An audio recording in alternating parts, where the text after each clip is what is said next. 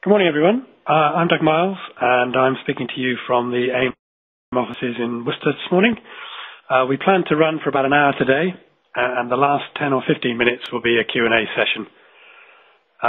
Just in case you haven't spotted it, there's a panel at the bottom left of the screen where you can send us a question at any time during the presentation.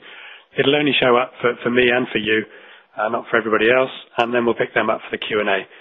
You can actually download the slides at any time from the boxes just above the question box there, but the replay will be recorded and will be available on the web, on the AIM website from probably Monday now, possibly even late tomorrow. After some opening remarks from myself, we're going to hear what I think is a very reassuring case study of how Capgemini bit the bullet on their HR to go paperless and achieved a very successful result. And I'm joined by two presenters today. The first one is Claudia Post from Capgemini. Good morning, Claudia. Hi, good morning. I guess you're speaking to us from the Netherlands. Yes, I am. I'm calling in from the Capgemini Netherlands office in Utrecht. Okay, very good. And we also have Luke McFarland, Senior Account Manager with Perceptive Software. Good morning, Luke. Good morning, Doug. How are you? I'm told you're on a shopping trip in New York. Is that right? On a trip to New York, I wish it was shopping. Okay, I'm glad you could join us, even though it's quite early in the morning for you. Okay, we'll come back and talk to you guys as we go on through. Just a quick, sorry, I'm not moving the slides on, just there's the presenter list. And just a quick commercial break for AIM. We are, of course, the community that provides education, research and best practices to help organizations find, control and optimize their information. We operate worldwide as the membership association for both vendors and end users of ECM products and technologies. We've got about 35 staff, split between our Washington, D.C. office and here in Worcester. Perceptive Software, who we'll hear a bit about today and is part of the solution for Capgemini, are a key member of AIM both in Europe and in the US.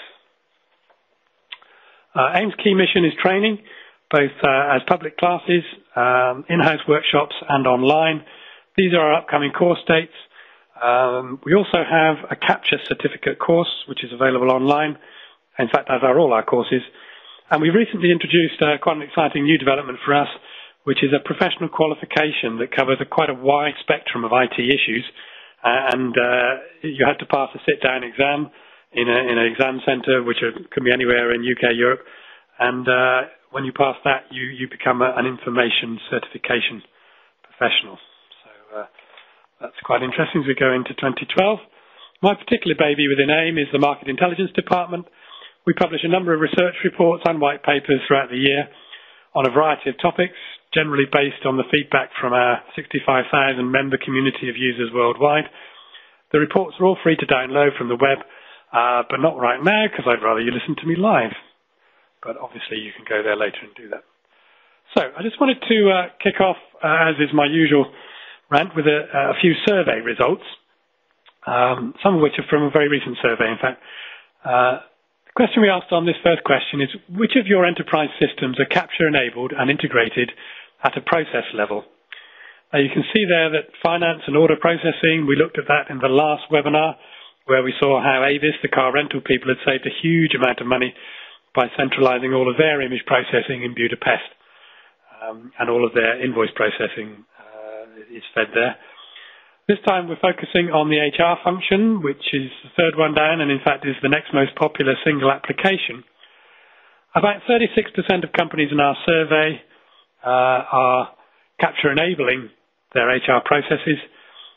It's just about evenly split between those who are just scanning the documents in the light blue, or the lighter blue, the royal blue, and those who are actually scanning and workflowing integrated with the process.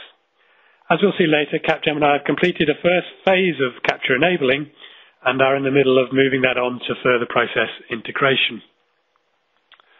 And if we look at that by company size, you can see that as far as capture and process goes, on the HR line there, 29% of greater than 5,000 employees, 12% of those less than 5,000. So the linking in with the process is definitely something that's more popular in larger companies, I guess, as you might expect.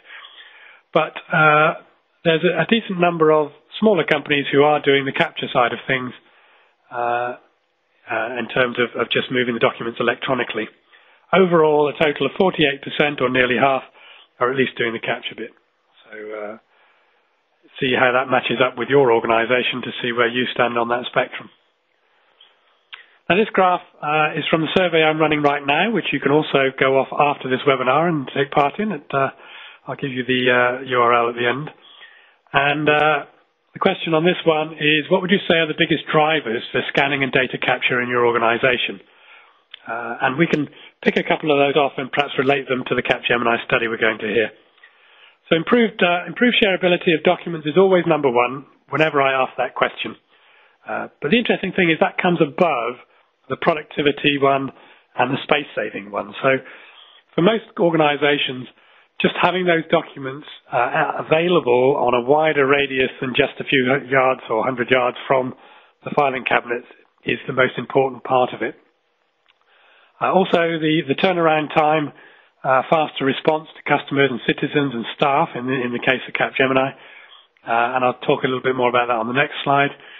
Then compliance and quality of data. Remote access for teleworking is becoming quite a strong driver. It's quite hard we're coming into the winter season now. There's snow projected and disruption in north of England and Scotland today, and that's a time when people begin to realise that they're not geared up for remote access for people working from home, largely because the paper filing system just isn't available to people when they're at home. And that extends into the one further down there, flexibility for process change or outsource. And we'll see that crops up in the Capgemini issue. In fact, offshoring crops up there. I was just reading this morning in a paper that in America, they don't tend to use the term offshoring. They split it into two, and they have a term called nearshoring and a term called farshoring. So nearshoring is Mexico and Latin America, who are in the same time zone, and farshoring is for India or China, who are in a rather different time zone. So interesting how these things are splitting out there. So this question was, by what factor would you say your use of scanning and capture improves the speed of response of your operational unit to customers, suppliers, citizens or staff? And we said, well, think about waiting time or elapsed time in minutes or hours or days. And so what I think we're seeing here, the median is 3.2 times. So that's nearly 3.5 times faster response to customers. The average is nearly 7 times, but actually it's quite a bimodal split there. Sorry, I'm getting a bit statistician-y. But you can see there's a big peak around the 3 times and a peak around the 10 times. And I think what we're seeing there is the first group are speeding up the general paperwork merry-go-round internally in the business, and the other group at the 10 and 20 times would otherwise rely on forms being mailed from customers or suppliers or brokers or whatever in and out and back to the office. So they're turning days of elapsed processing time into hours by using scanning and capture to electronically move those documents. Now a couple of slides on issues and things. Again, always a good introduction to a case study to see what the generic issues tend to be, and it's no surprise to see that user resistance to change is the biggest management issue that people experience with implementation of capture and BPM, as we saw on the last slide. Doing things through capture and electronically allows you to change the process, but most users hate that. We have to be very conscious about change management whenever we do these things. Lack of understanding in the business of what's possible. Certainly the art of the possible is why we do these presentations and is why we do case studies and so on. Extending process ownership across departmental boundaries. Quite often we see nowadays, as scanning and capture begins to mature for some of the key applications, particularly the finance ones, it needs to be extended using the same kit or variants of the same kit to other processes in other departments, but that won't happen if people don't share their experiences and extend the process ownership across the boundary. So, technical issues. We asked what were the biggest technical issues you experienced, and it's integration is so often the case, followed by process mapping. not just the time agreed to map it, but the time agreed to agree on it. If you can put a group of process owners and users in a room and get them to actually agree on how their current process works, then in my mind you're well on the way to mapping it and improving it. But so often when you actually pull people together in your business, the view of how the process works varies depending on each person within it. If you don't get that right at the beginning, or if things change, then you do need flexibility in the system, and that's the next dotted group further down, unexpected exception requirements and the difficulty of adapting the system to process changes. So that's a fairly fundamental aspect of implementation or even system selection as to what happens when we need to change the process. Can we do it ourselves? How readily available are our consultants to help us with it, and so on. Now a couple of slides to finish off on my comments on return on investment. This one is a particularly spectacular result. How much more productive do you think the administrative staff in your organisation would be or are if their processes were workflowed using scanned forms and documents with automated data capture? And the median there is just under 33% more productive, so a third more productive. And what was even more interesting when we did this slide were two things. One is I topped out the selection choice at 70% or more, but that was obviously still quite strong for a number of people there. And secondly, we split the people who actually have scanning and capture systems working and the people who didn't have, and the result was actually higher for the people who have the experience than for the people who were working out what it might do for them. So generally, this pays in, and even more interesting is this is a fairly hard dollar benefit. So the gain is the staff cost of the process times 0.3. That's how many pounds or euros or dollars is saved. And then if we look at that in terms of payback period, what payback period would you say you've achieved or are on track to achieve from your scanning and capture investments? And this is something that's particularly brought out when Claudia talks about Capgemini's business justification plan that they did for their process. Again, somewhere between 12 and 18 months. Certainly 64% suggest that they've had their investment paid back within 18 months or less. And that's a pretty good way of working in any IT project that can achieve that kind of payback that quickly.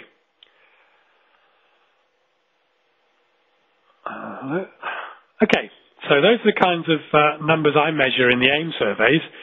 And I know that Claudia is going to come up with some very similar numbers from her end of things.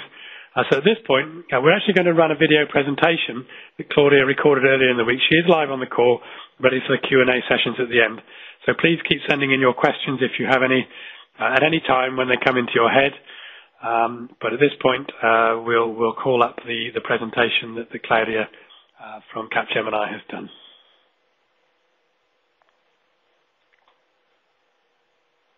Hello, I am Claudia Posts. I'm going to give you a presentation on how Capgemini Netherlands and Perceptive Software joined forces to implement ImageNow for our HR department. First, let me tell you a bit about Capgemini Netherlands and Capgemini worldwide. We are large companies which have a strong presentation in over 39 countries, and we employ 115,000 employees. 35% of those work for us offshore, which means for us working for us in Poland and in India. Capgemini Netherlands has currently 5,600 employees who are divided into 4 major disciplines. These are the consulting services discipline, local professional services, outsourcing services, and technology services.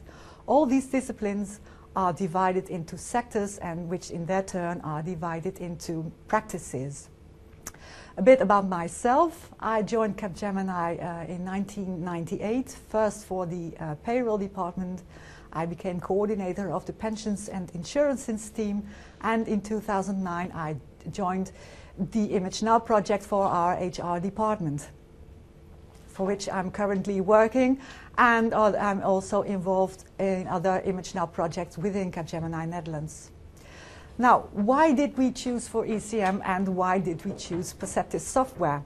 First of all, why did we choose ECM? Well, we had our paper employee files stored into 2 separate places.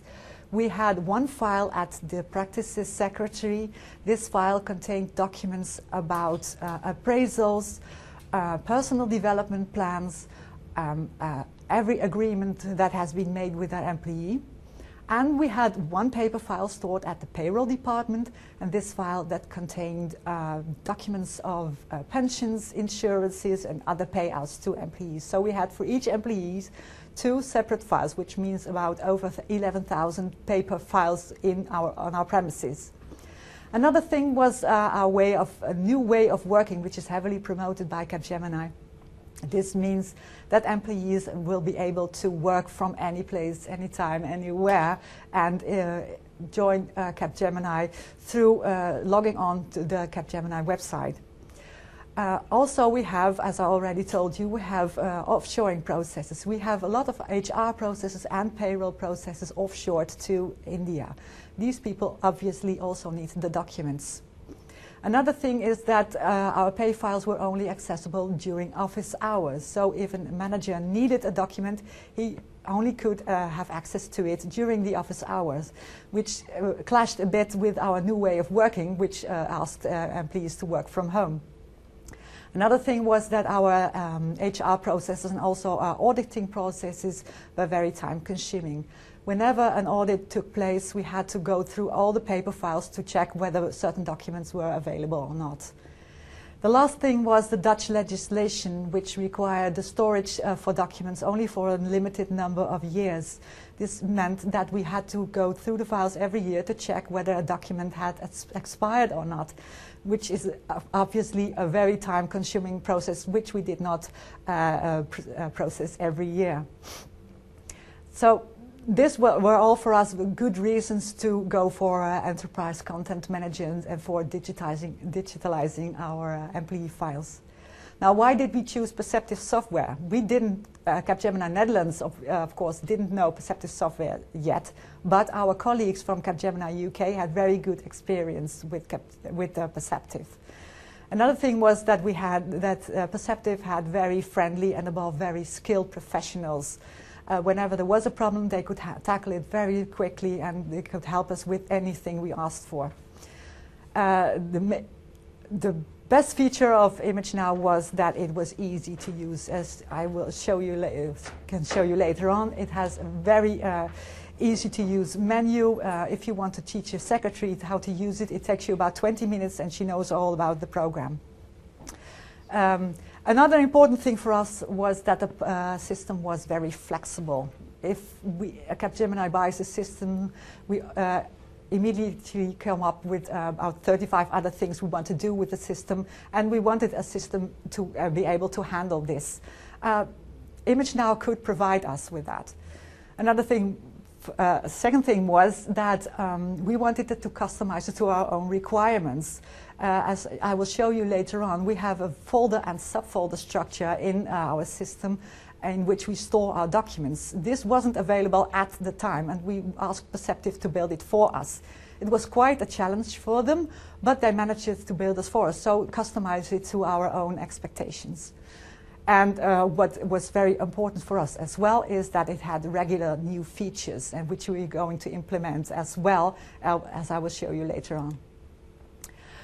We had some very critical success factors and objectives we really wanted the Perceptive to handle for us, or otherwise we would not go ahead with Perceptive. One thing was that we wanted one file for each employee. As I already told you, we had 2 separate files. We wanted it to combine into one. Another thing was that we wanted to have easy access to the file, not only by the employee himself or herself, but also for managers and secretaries, which meant that we need an authorization structure in the system, and we wanted to have to be very rigid. Our legal department really demanded that although people could have access to a file, they should not have access to all documents in the file, and Perceptive managed to build this for us. And third thing was the Dutch legislation, as I already told you, about the storage of the documents for a certain number of years. Another thing was that we wanted to be able to store our paper files that already existed as well as we wanted to be able to upload new documents ourselves. We did not want to ask a third party to do that for us. We wanted to do it ourselves, and for this we are using currently our multifunctional printers. We wanted also to incorporate the system with our workflow processes. We have a lot of HR and payroll work processes which we are wanting to transfer into workflow processes into ImageNow. We are currently working on that. I will tell you later on about that. And our main point was, it's this last point, but it's a very important point for us. We did not want to buy a whole new employee system. We did not want to buy another payroll system. We wanted to be compatible with our existing system, which was SAP HR.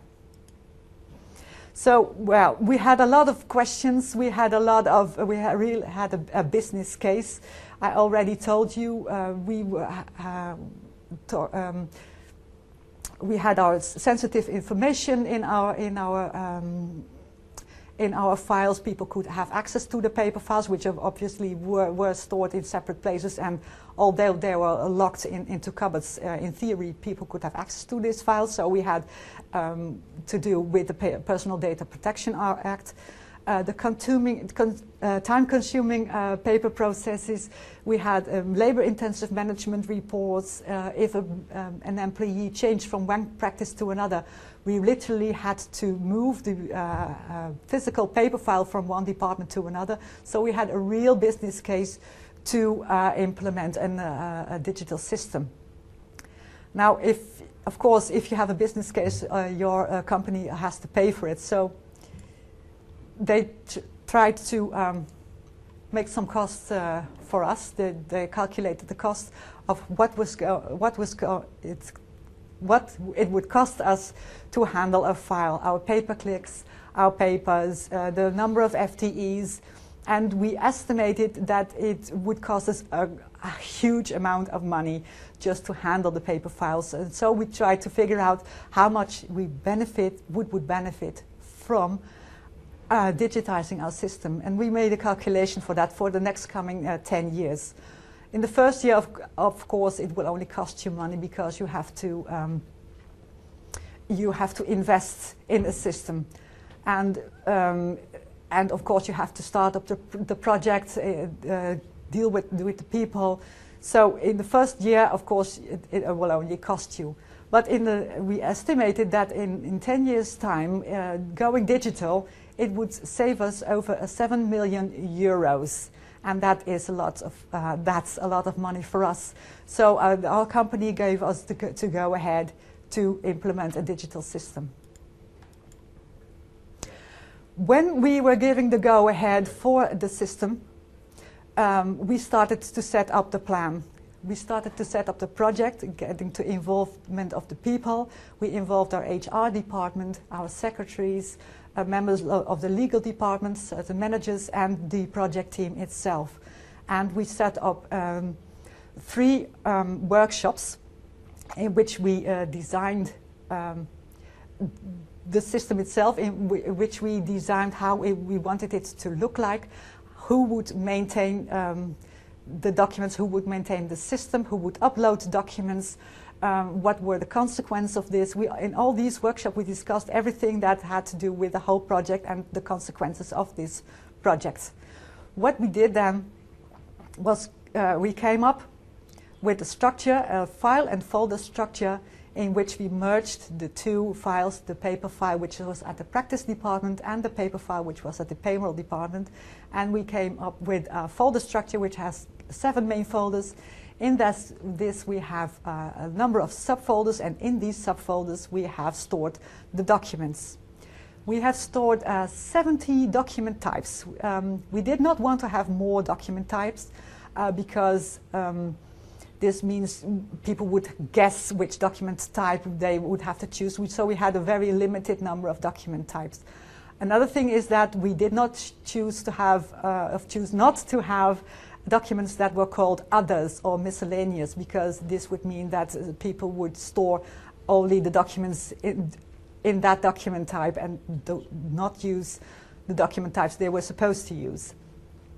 During the determination of all these document types, we also registered how many years a document would have to be stored, as well as who would have access to which document. After we set up this workshop and we planned those workshops, we had set up our business requirements and we handed them to Perceptive Software, so they started building the program for us.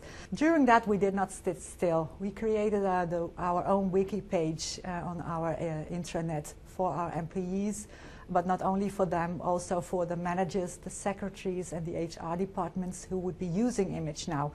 We created short e-learning modules, short 1-minute films about how people could have access to their files, how they would open a document, how managers could have access to the files of their own employees.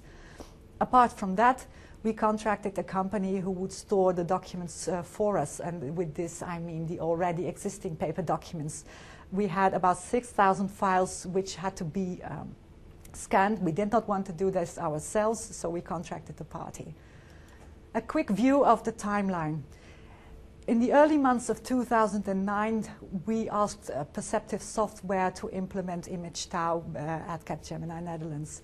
A month later, we decided on which company would scan the documents for us, and another month later, in May, we handed the Perceptive Software the functional requirements.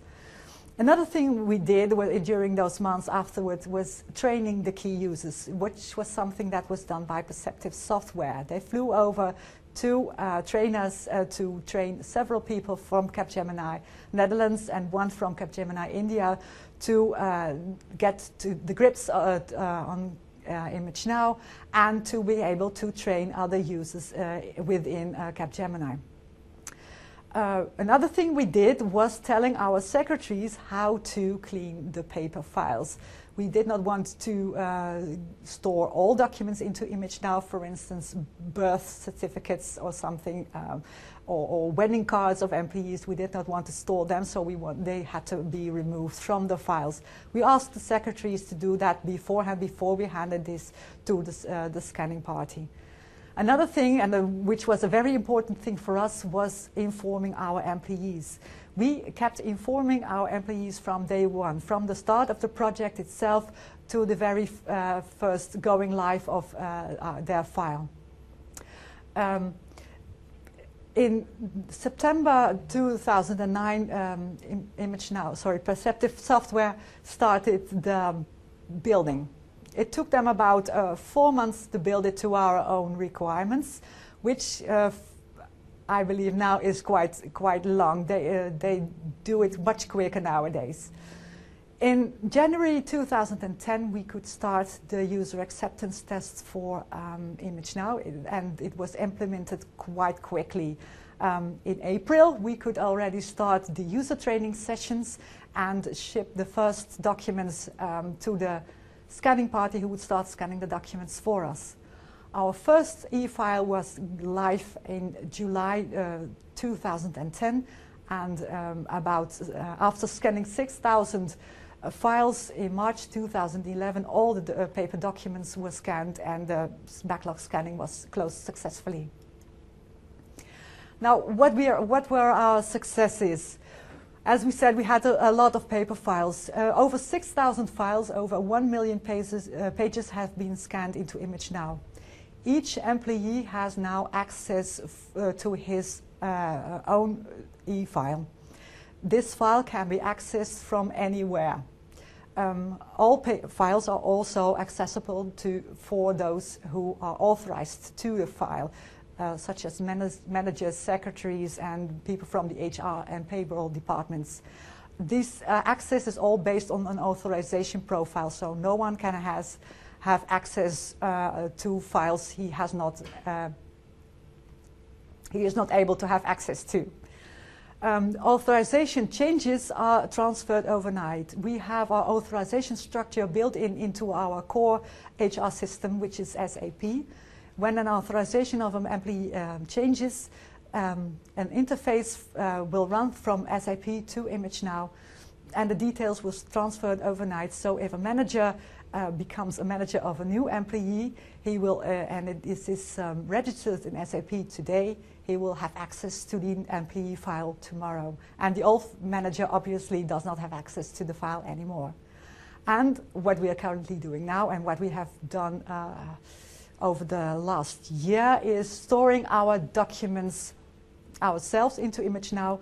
We have now, since the go live, we have uploaded over 65 documents already. Our plans for the future, we have a lot of plans for the future, and some have already been into production and some are on their way. We are we want to expand our current solutions into ImageNow. We want to do mass import of ImageNow.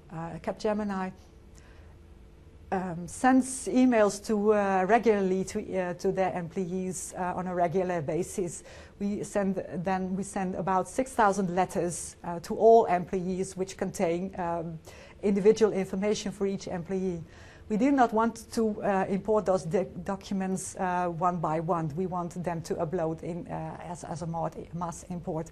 ImageNow provides a mass import solution, which we are currently testing on our user acceptance environment, and we're hoping to implement them on the production environment in December this year. Another thing is the full text search, which allows you to look for certain specific words in documents in ImageNow. We are thinking of implementing this in December this year as well.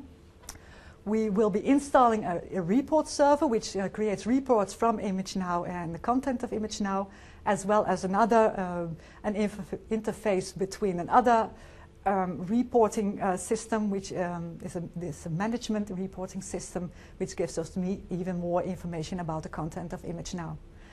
Another thing we are currently working on is, which is still in its preliminary stages, is transferring our current HR processes into ImageNow HR workflow processes, which also involves implementing digital signatures. And the final thing is, well, it's not really final because we have a lot of plans for the future, but for now is our retention policy, which we would like to be implementing. Other areas within Capgemini Netherlands which are currently using ImageNow on our production environment is our Financial Shared Service Center.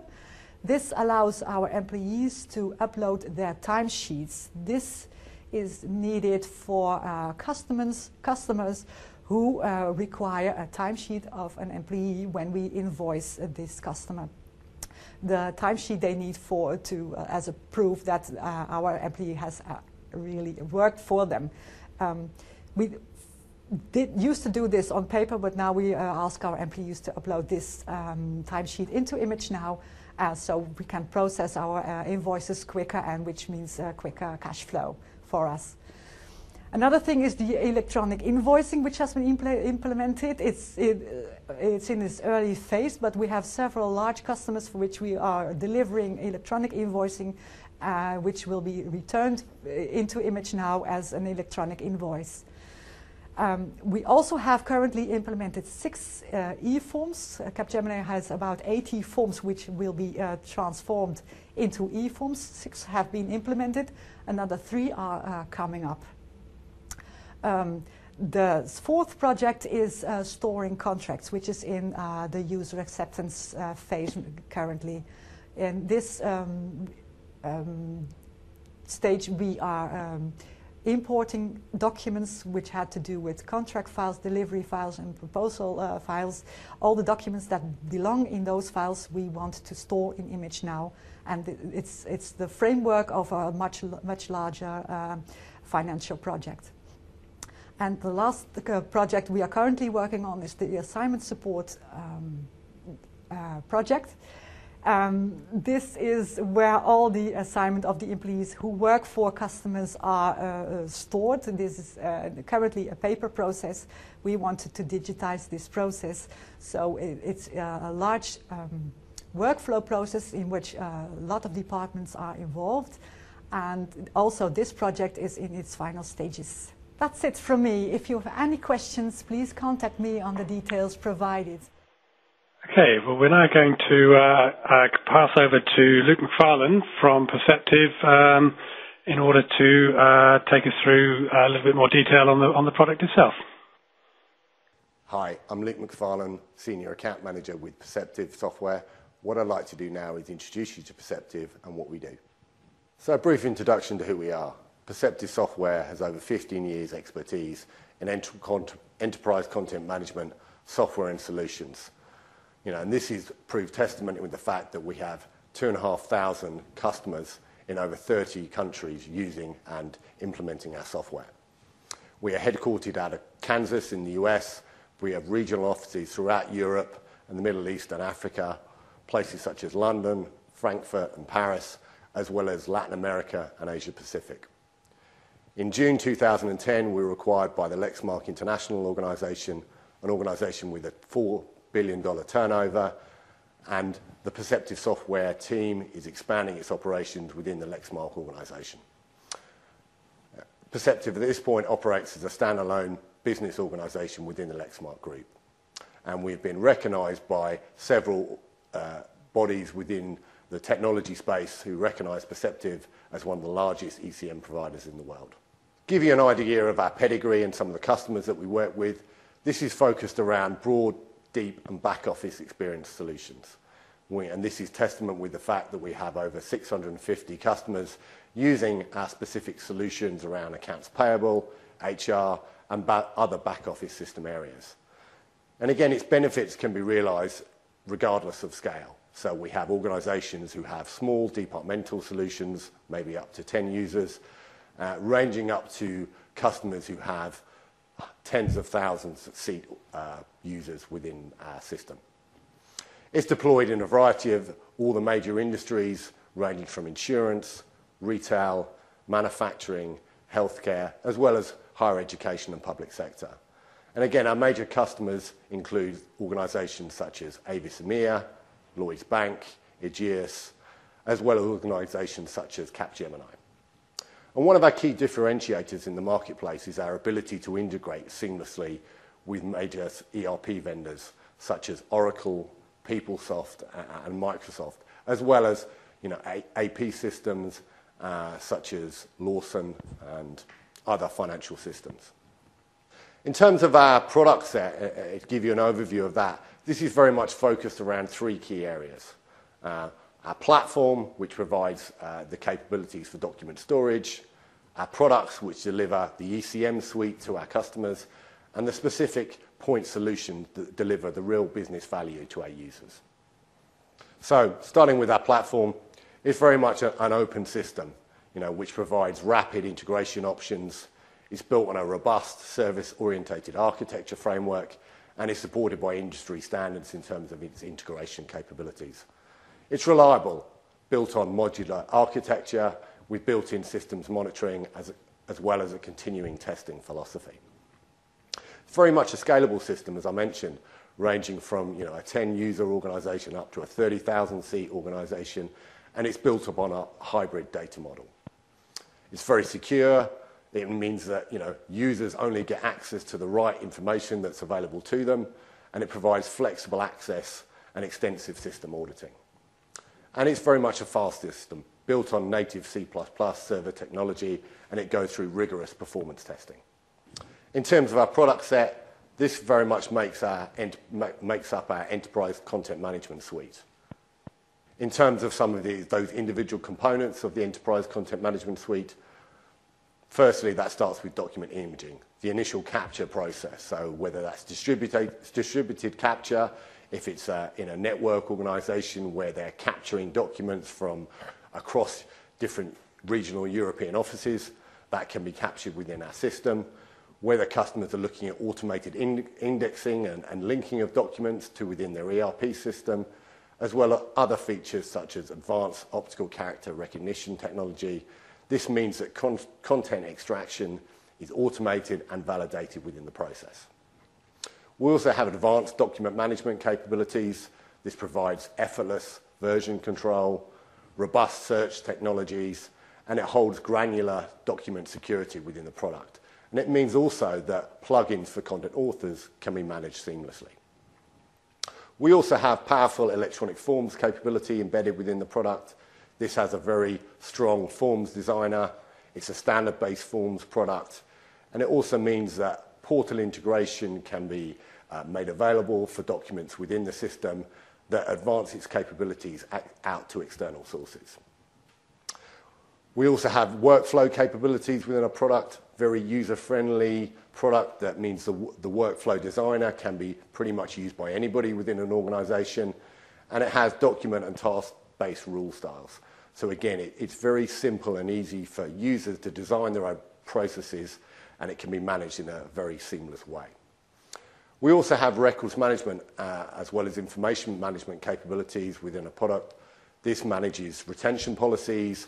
That means that when a document needs to be retired and moved off the system, that disposition schedule can be managed in an automated fashion, as well as providing secure legal and audit trails. And finally, we move into our back office solution area, which is really key. It's about solving business process challenges for our users, and it puts our content in context. So we focus around different areas such as finance or accounts payable. We have invoice processing capabilities, whether it be electronic or advanced.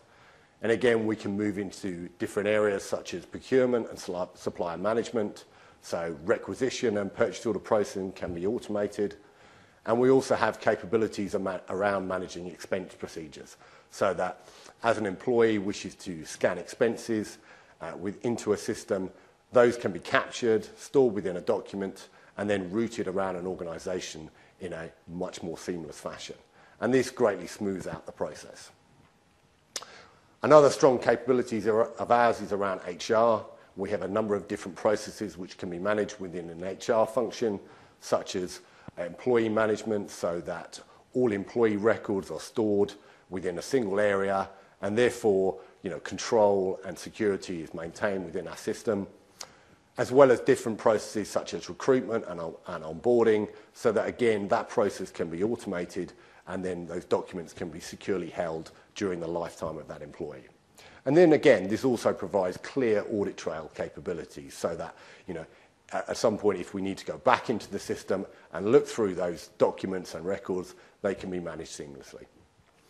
And finally, we have contract management. So whether a contract is created by a single author in Microsoft Word, we can actually manage that process and then secure that document within our repository. And again, when documents or contracts need to be renewed and approved, that workflow process can be managed within our system. And then again, that facilitates the approval process going forward. So in summary, this is about putting this content in context. It's about making the right information available to users at the right time in a secure fashion. Before I hand back to Doug and take questions from the audience, I'd just like to remind you that more information and our numerous case studies can be found on our website, or feel free to contact me on the details provided below. Our website is www.perceptivesoftware.co.uk. Okay, thank you, Luke. We can now move to the question session. So happy to receive any questions that you've sent in. There are a few here queued up already, and as always, I always come up with a few myself just to keep our presenters on the ball. Claudia, I know that the legal requirements for employment in Holland are about as strict as they come, and there is a question about how do you deal with the legal requirements from different jurisdictions, particularly in that you're using some offshore processing as well? The legal requirements of the other jurisdictions are handled by the local Capgemini offices. For instance, in Belgium, you need to store your files or your paper files forever, and that's their local legislation. So the offices in the countries handle this themselves. And in terms of the work that's being done with the Indian outsource, does that lead you into any issues? No, we had contact with our Ministry of Justice for that. We get their approval for offshoring our documents to India. Okay, well, that's interesting. And that raises another question. You're talking about document destruction. How did you manage the destruction of the documents from the files that you did scan in? We have three options. Documents for the already existing paper files were scanned and they were transported to an external storage. They are still there. We didn't decide we didn't ask to destroy them yet. The documents we are currently uploading ourselves, we check if they are arrived in the e-files, and if so, then we will destroy them straight away. And apart from that, we are looking into implementing the retention policy. Okay, so you are still using day-to-day scanning of documents that are coming into the department? Yes, we are. Yes. Okay. Okay. Question about a question about employee access. You mentioned that employees have access to the system. How does that work? They do. They have. They log on to the Capgemini network using a single sign-on and a safe word card to enter the network. So not everybody can have access to the e-files. You need a single sign-on as well as a safe word card to enter your personal file. Okay, so it's a double token kind of system. Okay. Question here perhaps for Luke in terms of workflows. I know that Claudia said in the presentation that they're moving towards integrating some more workflow scenarios. Luke, do you want to come in on that? Yes, we're currently working. I'm just making a huge document of our HR processes. They're all currently paper processes, and we are working on transferring all these processes into workflow processes with attached to that e-forms. For instance, if a manager wants to give an employee a nice bonus, he needs to fill in an e-form, and that e-form will enter a workflow process in which managers will approve, and HR people will enter these details into our SAP system. Okay. And Luke, do you want to comment on that? Yeah. Yeah, Doug, and this is, very typically what a lot of our customers do. They start where, first of all, there's the most pain and there's the most sort of intensive paper processes. But very quickly, what springs out from that is, significant value add into other areas. So, more and more use cases around the workflow and improving process and using electronic forms and taking paper out of the equation come out. And so, the workflow becomes extensively used within organizations because they just suddenly think, where else can I have this technology and I have this capability already, so where again can I bring value add to the business? Okay, thank you. There's a flavour of question coming in, which if I summarise a couple of them, Claudia.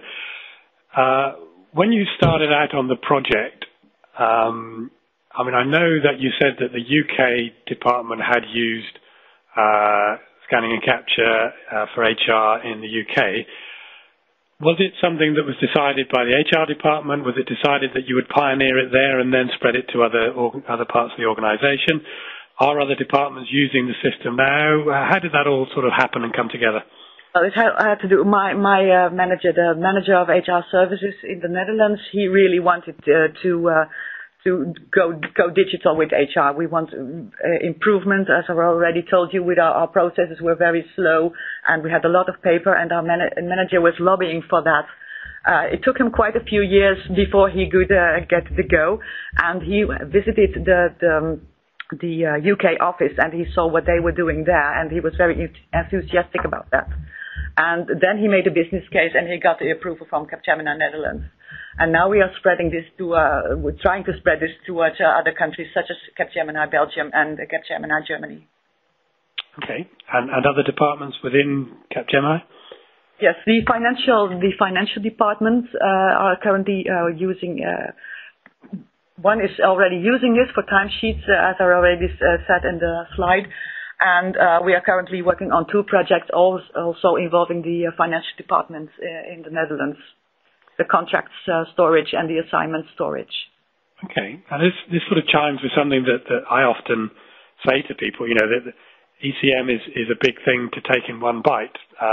Equally, it's narrow-minded to implement a point solution without a view to how it might expand strategically across other departments. Sure. Luke, have you got a view on that as to how that tends to go? Yeah, I mean, absolutely right, and that's typically the way. It's always, it's important that when a project is delivered, it focuses on specific business pains and obviously achieves that business value to begin with, because certainly that's what the business case is written around. So it's very important not to lose sight of that, and it's key at the beginning to make sure the scope gets defined properly.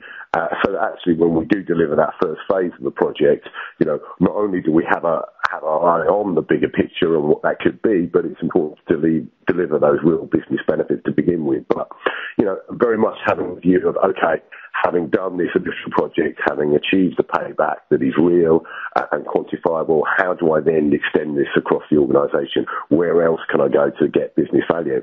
And what tends to happen is more and more customers and more departments, once they get visibility of the document management capability and the workflow capability, use cases keep popping up all over the place in strange and unusual areas that potentially never had been thought about. So it's about really getting that knowledge, getting that understanding out to the business so they can work with you to see where the system can be used.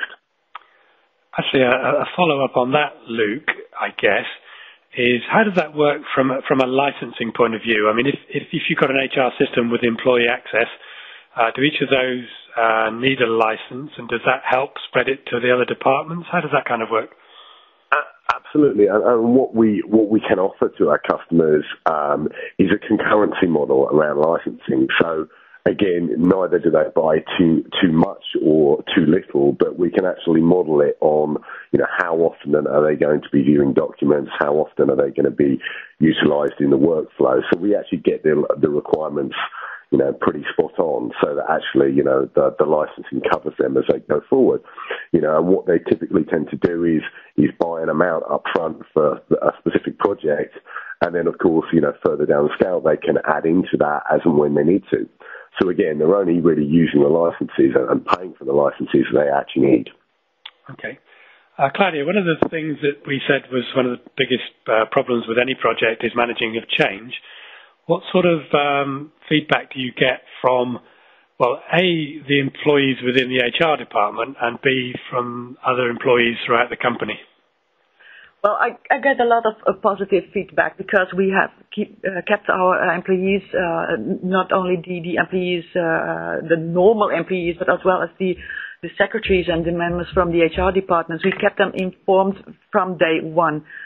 We also trained them. We gave secretary trainings. We trained about 160 secretaries in a lot of training sessions. And it's very easy to use, so that's why they're quite enthusiastic, because they don't have to learn very difficult menus, etc. Okay. Does that answer your question? Yeah, and also in terms of job security and insecurity and that kind of thing, do people feel now, after going through the year of implementation, that they're in a better place than they were before?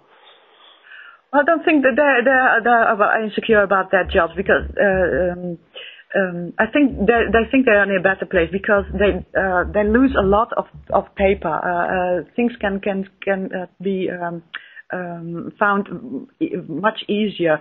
They don't have to secretaries don't have to do a lot of work for managers anymore, because the manager is able to enter files himself. So it saves them a lot of work as well, so they can focus on other tasks. Mm-hmm. Okay, good.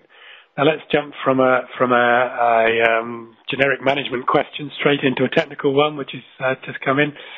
In what format are the documents stored? Is it PDF, PDFA, or Word, or generic versions from each application, or do you convert to PDF? Either yourself or Luke can answer that one. I can answer this. We store we scan them as a PDF, but they are stored as a TIFF in a TIFF format in ImageNow. Okay, so you work on that basis. Luke? Sorry. Yeah, sorry, Claudia. We're going to continue. Yes, I was just talking about the other processes. For the financial departments, we upload Word and Excel documents. Okay. Do you have a comment on that one, Luke? Well, again, Doug, there's a huge range of formats that the documents can be stored in. So again, it's very much specific on what the customer is looking to do. So again, it's something that during the start of the project, we understand requirements from the business and then agree what is the best format going forward. But typically, that's not a restriction that we come across.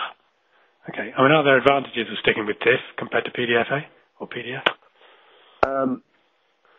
Certainly, yes, but again, it all depends on what the customer is looking to do. So I think it's very much, define that at the start of the process. Okay. You mentioned about signatures, Claudia, and that you were looking at using digital signatures. What happens at the moment when you have to sign something? We're currently uploading paper documents that are already signed, and that's what we want to get rid of, and that's why we want to incorporate workflow in which we can implement digital signatures. Mm-hmm. And is that something you're seeing more of, Luke?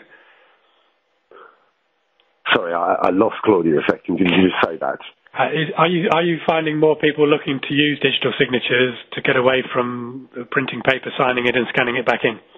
Absolutely, and again, it's something that we often see customers taking on in stages. Let's get the process in, and then sort of stage two and stage three, they tend to look at how they can further streamline that process, how they can capture that digital signature during that process, and obviously look at other further automations down the line. So again, it tends to come further through. Okay. Claudia, in terms of retention policies that you said that's something that's on your to-do list, do you see, I know you said you'd reduce the number of documents quite dramatically, the number of document types. Do you think that's going to be an easy process to sort out the retention requirements based on that? Is it something that should go through easily or not? I think so. We already determined the number of years for each document, so it's only a matter of implementing the retention policy and then tell the system to remove the documents from the system. Okay, and you don't foresee any arguments with legal departments or anything? No, because we already we created this classification model with the help of our legal department.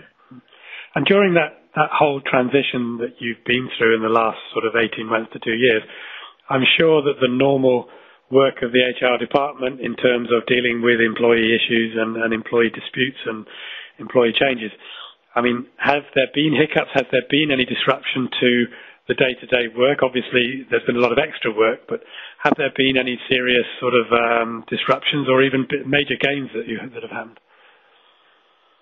In what terms do you mean that, Doug? Well, was there ever a situation where employee records got lost or where you weren't able to provide what was needed on time or that nobody quite knew where it was in the process? No. We didn't have that problem. We had a problem with our this week with the whole system going down, but that was the whole of Capgemini. But that was the only thing. We didn't have any problem having access to documents. And would you put that down to good planning or to just generally taking things step by step?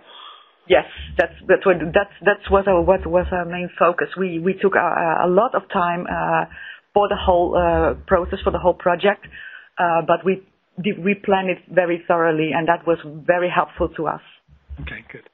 So would that be, what would your recommendation as a last remark to anybody in an HR department or a company contemplating going down this route? Yes, that would be very much a remark. Just take your time implementing ImageNow, and take your time deciding what you really want to do with your e-files, what you want to do with them in the future, and who would you like to have access to these files.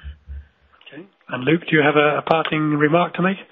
Yeah, and again, it kind of builds on what Claudia was saying. It's a very good point. Make sure that it's very easy to kind of have scope creep on a project, and when more and more people kind of get visibility of its capabilities, you kind of lose sight of what you set out to do at the beginning. So, go with a clear definition of what phase one can be, but always having a view of phase 2, 3, 4 further down the road, so that you're continually adding value and enhancements to the system, and because that's where the functionality and the capability is at.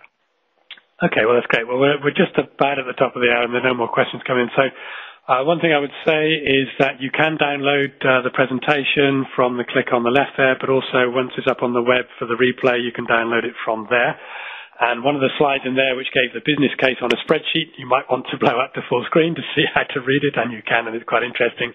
And that's where the 7 million euros flags up. So I'd like to thank Claudia from Capgemini for providing a very excellent presentation today. And Luke will let you go off and do your business in New York, and I'm sure you'll get some time for shopping after that. So thank you both. And thank you all for listening, and I look forward to joining you again for the next AIM webinar, probably in 2012, I think. Okay, thanks very much. Thanks.